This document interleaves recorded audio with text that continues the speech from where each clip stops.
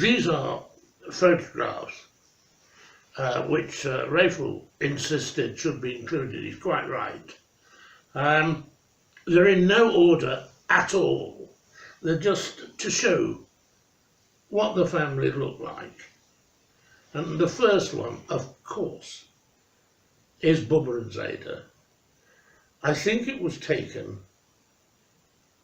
around 1955. Very formal. It was obviously at somebody's wedding, Right. I would have said. Right. Do you smoke a lot? Never smoked. He's got a cigar. I know, he's got a cigar. Never saw him smoke in his life.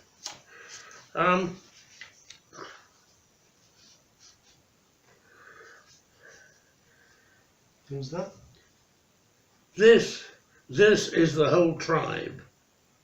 Can you blow this up? Yeah. I'll take pictures of it afterwards. And, Right. And while we're This finishing is the this, whole tribe.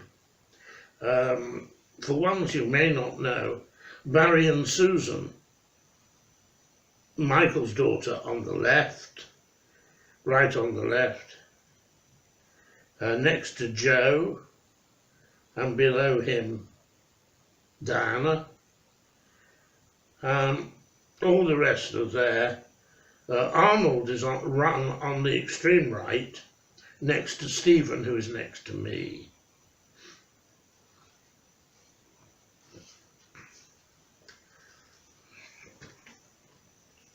Oh, is that Stephen?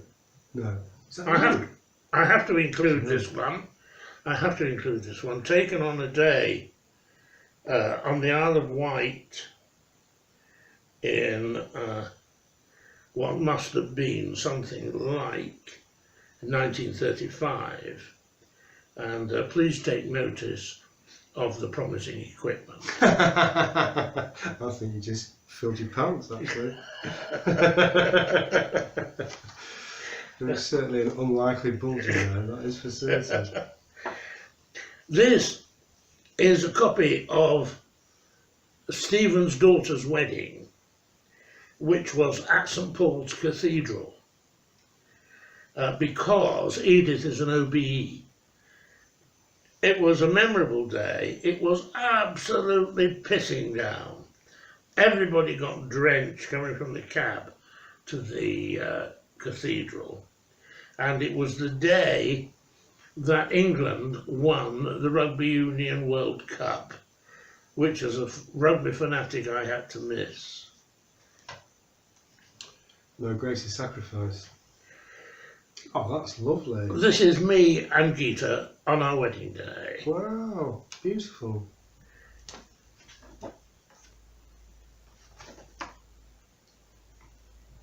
That's the tribe as well, isn't that Yes. what you're talking about? Yes, Yeah. there's the tribe.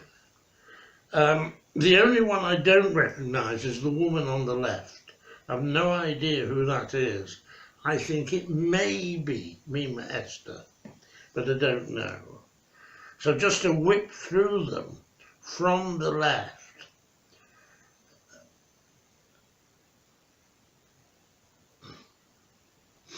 Let me start from the right. Okay. That's Lily, isn't it? That's Lily. From the right, Lily, Johnny, Mary, Minnie, Sam, and Sid, and Hetty. So who's Yes, that? Who must that be at the I've end? no idea who the baby is, but I would have said that it's probably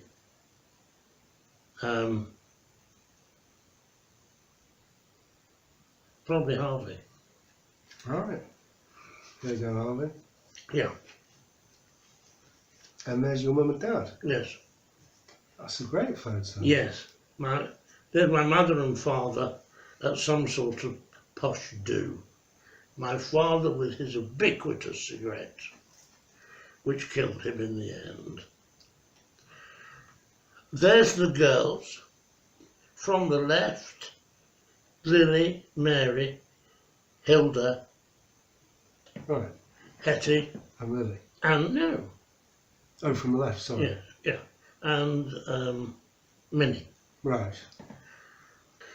This is Sam in RAF uniform. That is spiffy. And this is the two boy chicks out on the town. Is that Johnny, is it? My father. Oh, you're right. That's Harry and Zeta. Oh, okay.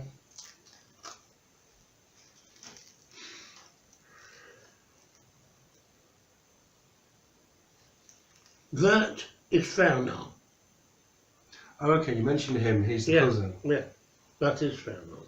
It's a very nice That's a lovely photo photo. So of that's, Sam and Minnie. And there is Linda's wedding. From the left, Dennis, Harry, Hilda, Joe, Lily, Sid, Hetty, Linda, Arnold. I don't know who that is. Sam, well, it's not Sam, Mary and Johnny. at Michael's wedding, is that? No, Linda's wedding. Linda's wedding. Oh, right. Oh, brilliant. Well, you got that right first time, so I think you get some pudding.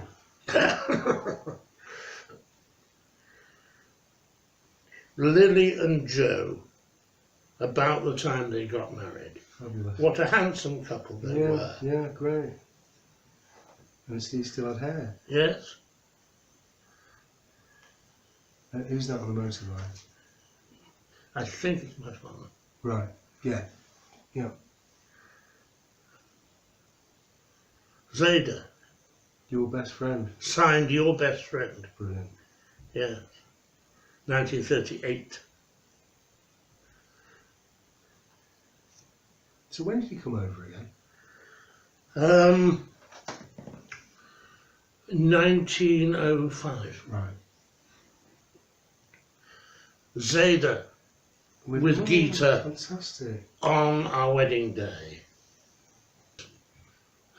Stephen's children with my mother, Mark and Joanne. Dennis, you'll notice that my bauch is completely covered, as I must say I was very wounded by your quite unnecessary comments. The whole idea of this one is of the next generation, our parents' generation. They were 6. Harry, Johnny, Jack, Sammy, Lily, Hetty and Lily, in that order. Harvey, you asked about your parents' marriage, and it was quite right, of course, because she wasn't Jewish. My father always said that Zeta found some shifty rabbi who did a sort of fortnight's conversion and managed to get them married in a shul. I never knew any of the details, and my father really didn't want to discuss it. But of course, ironically enough, like so many converts, she became an absolute treasure of the community, running the ladies' society and all that sort of thing. And she was a most wonderful wife, mother, and Jewish mother. She was always very hospitable. She was always cooking and baking, and was always very good-humoured. Your mother, Dennis, was very good to me. She was absolutely lovely, and indeed so was your father. Stephen remembers your father's pipe and his roll-ups, and he remembers your father's ash, which could have been 1.5 inches long but never actually fell off. And he remembers with great affection being there and staying there, and of course being with you and Helen.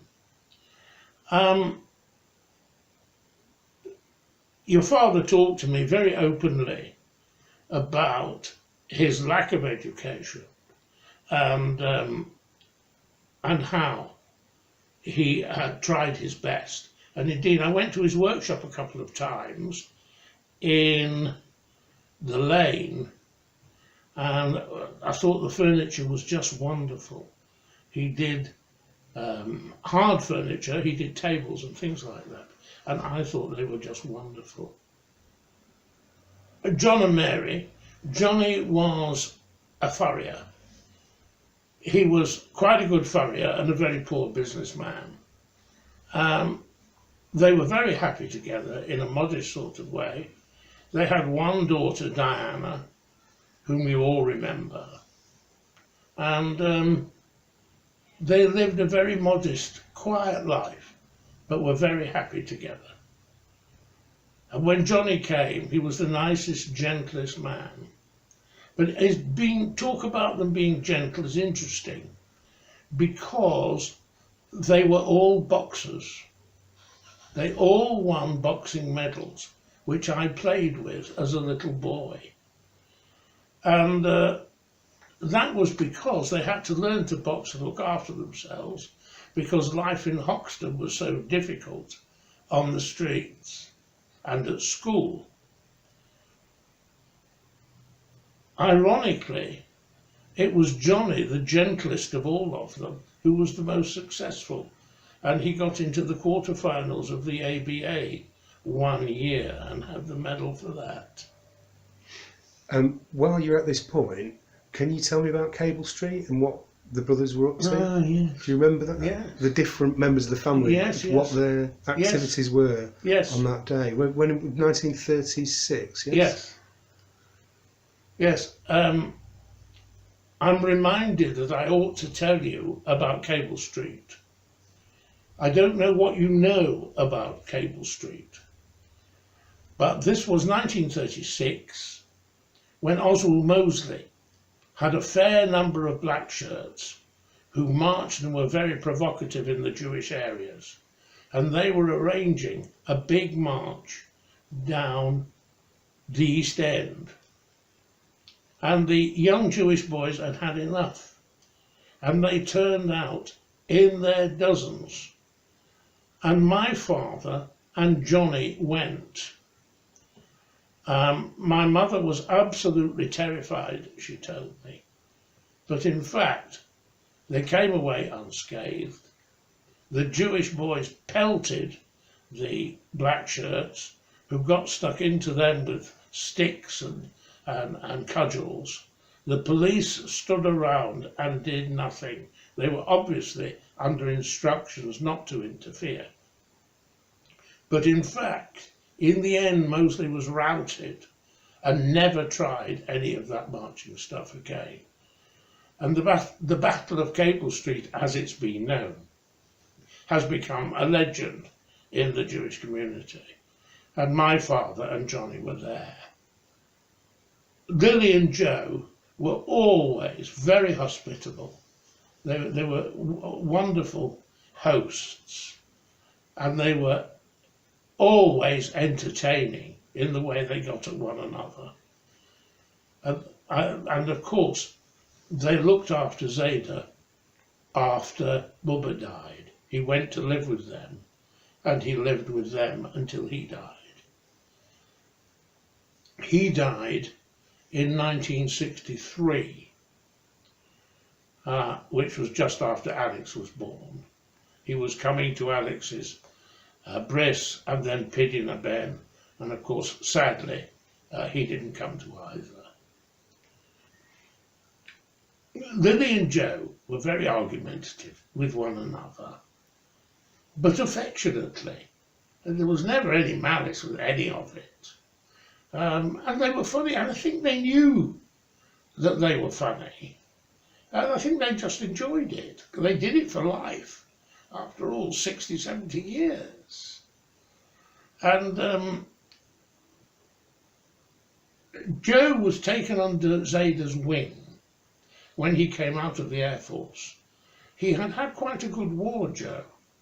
He ended up the equivalent of a sergeant major in the RAF regiment, when half of the fellows under his command were ex-Borstal boys who'd been given the alternative of the forces or prison.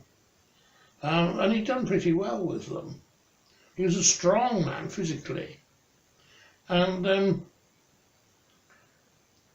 Zeta took him to his suppliers to buy these terrible shoe seconds, as my father used to describe them as two left feet.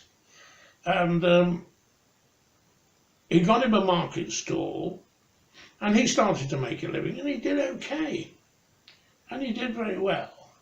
And so they were very close. They used to go together. Zeta never drove, so Joe used to drive him and help him buy his stock and help him carry his stock back. And so they saw one another a lot. And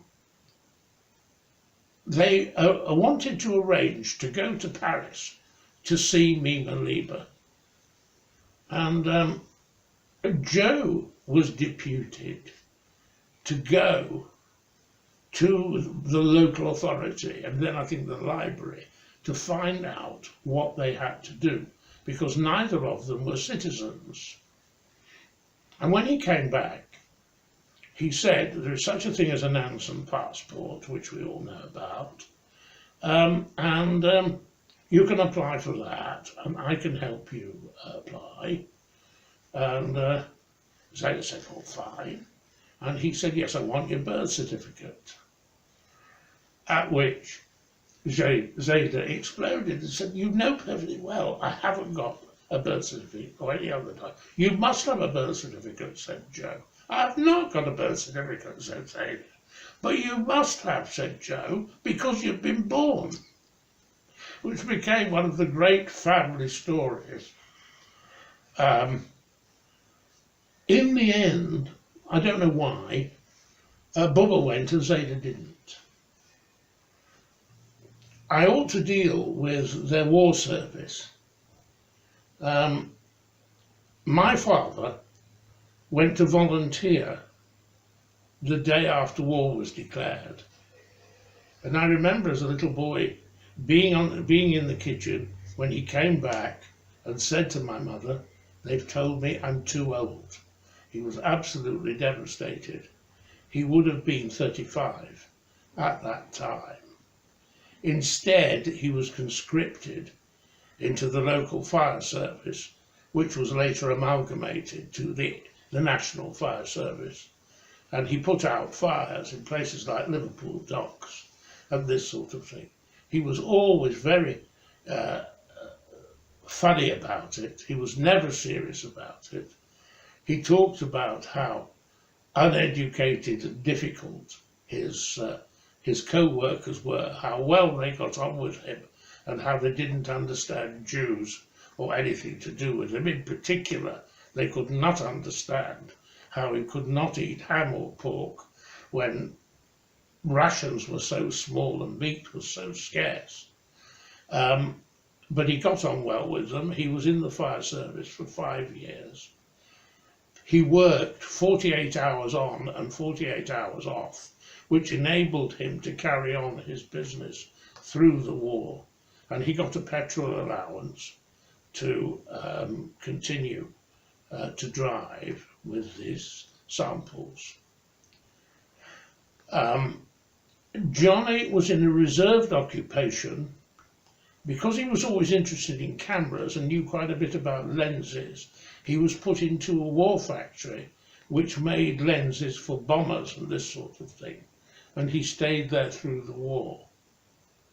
Sam went into the RAF, and Sam, being clever Sam, found a niche. He used to tailor the officers' uniforms. As a result, he got lots of leave, lots of benefits, and he didn't have a bad war. He ended up in Paris, and while I don't think he particularly enjoyed it, it could have been a lot worse. I remember seeing him in uniform. The other interesting bit was Bubba had 3 sisters. There was Mima Esther, who was Rothfader. There was Mima Rose, who was in London, whom she fell out with about every fortnight, and Mima Lieber, who was in Paris. And when I was a little boy in Bolton, there was a knock at the door, and this very tall, very good-looking man in a funny uniform said, "Is your name Cohen?" And I said, "Well, yes." And he said, "I'm your cousin, Fernand." And he was. And one of those curious miracles, he'd been sent to Heaton Park, which was about 6 miles away, to train with the Free French Air Force. And the uniform he had was the Free French, and we saw quite a bit of him, and got on with him very well.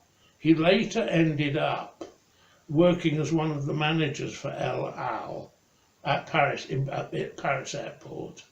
His brother Roger, who was a complete pain in the arse, was very clever and very well educated with a number of degrees, married to a very haughty lady from Alexandria.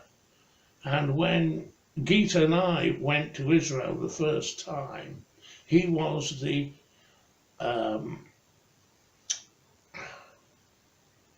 not the arts attaché, what did they call it? Anyway, that sort of thing, attaché, in Tel Aviv. And we went to see them, and they were very dismissive of us. And she was busy telling us about what a wonderful life she lived in Alexandria. So that was the French side of the family. Bubba went to see her a couple of times in Paris, which is why she had a laissez-passer. Sam came back after the war. Spielman had run a small factory through the war. He expanded rapidly. Sam went to work for him and never looked back. He did extremely well. He bought the house in was it called Park Lane, Park Street, Park something,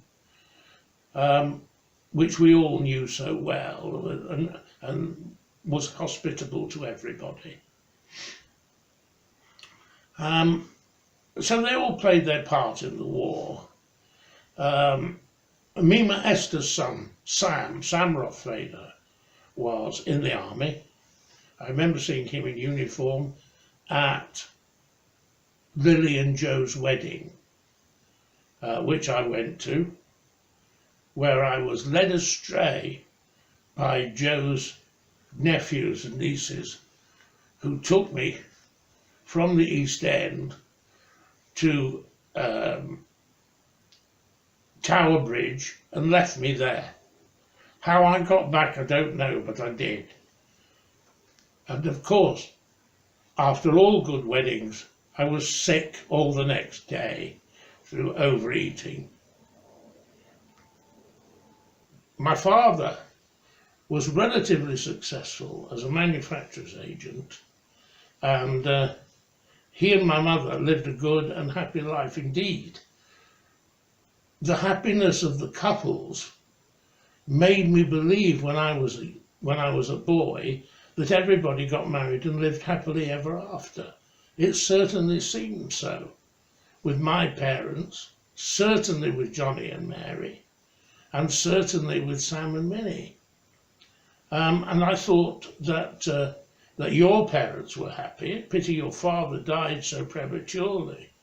And Lily and Joe certainly were, in their own moaning, argumentative way. But Johnny and Mary were like two young lovers, even into their 80s. Sam never really recovered properly from Minnie's death. He came to stay with me for 2 weeks every year for some years, a year in the spring and a year in the autumn. And he brought Johnny with him a couple of times. And they were like the Sunshine Boys. They really were absolutely terrific. But Sam never looked at another woman. I found that very strange because he, could have been very acceptable. Of course, he had Martin to contend with. which would have been a very difficult situation. Well, when Uncle Sam came to stay with me first, I suppose he was in his early mid-70s.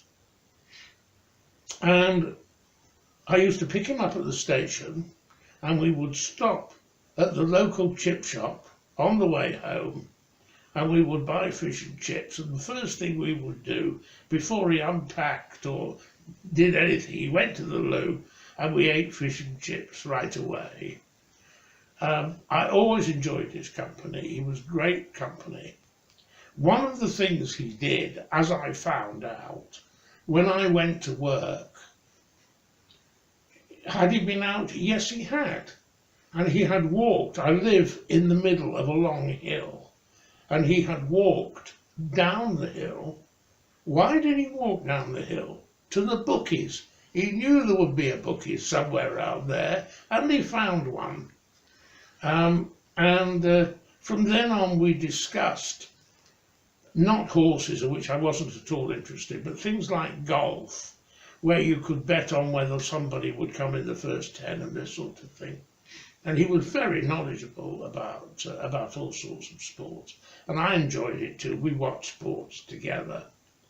When Johnny came with him, he would taunt Johnny all the time, particularly about his lack of sexual experience.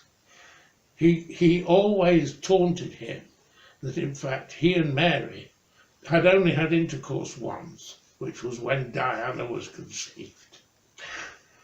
Johnny would shout at him and scream. He was a perverted old bugger, which I suppose he was. They were absolutely wonderful company, and I loved them both very dearly. And I still miss them, and I think about them quite a lot. Stephen and I have talked about the beginnings of the family a lot since I did the first video. And he particularly remembers being a refugee in your house, Dennis, and in Sam's house, where he was really looked after very well by them, as distinct from my father, with whom he had a very difficult relationship. And he's never forgotten it, and he's always been grateful for it. Zeta was one of the first to have a blue J&F box in his house, when it was not common, and it was frowned upon by the Jewish community. The Jewish community wanted to be English gentlemen.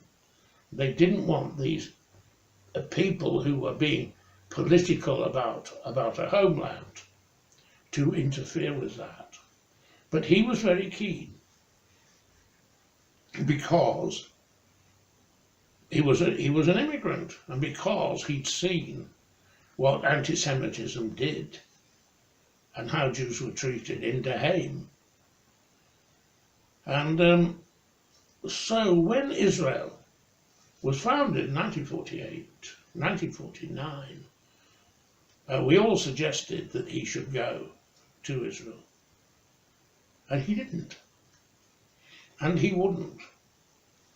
And the only reason he would give me when I was older was that he had this wonderful fairy tale idea of what Israel was like, and he didn't want it spoiled by the reality, which I thought was very interesting. When my mother was first taken to the Cohen house to be introduced, when my father became serious, she was taken into the front room, which of course was cold as ice, with this huge, very brown, very dark furniture and furnishings, and uncomfortably sat on the edge of a chair. When Jack came in, didn't say anything, picked up the poker and bent it into a circle, put it down and walked out. My father sighed, picked up the poker and straightened it, and it was never referred to again. My mother thought she'd got into the Marx Brothers' house. We used to get together normally around Christmas when everybody had holiday and wasn't working, mostly at Uncle Sam's. And we used to eat a great deal, drink some, and play silly games and things. And we had a lovely time. When was this? This would be in the late 40s, early 50s.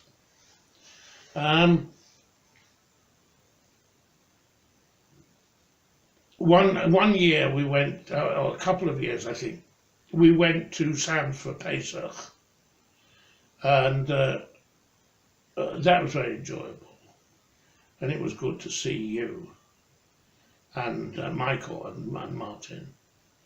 So that's really the story of that generation. Very typical of first generation immigrant Jews. They lived decent, hard-working lives. They brought up their children as best they could. They educated them as best they could. Although Zeta was very weird, he didn't believe in education. He believed in training for skills, which is how Johnny became a farrier, and my father wasn't allowed to continue his education and become a professional man, which was a very great shame. So there we are. There's a picture. I hope I've given you a flavour of what it was like. It was a warm family who liked one another, who wanted to like one another, who wanted to get on with one another, and always did. And what a pity it is that as cousins we've grown apart. But I hope that this will help bring us together a bit. But certainly I'm available while I can to answer any questions any of you have got. So, it's an interesting family. I've enjoyed thinking about it, remembering, and I hope you all enjoy it too. All of you, be well.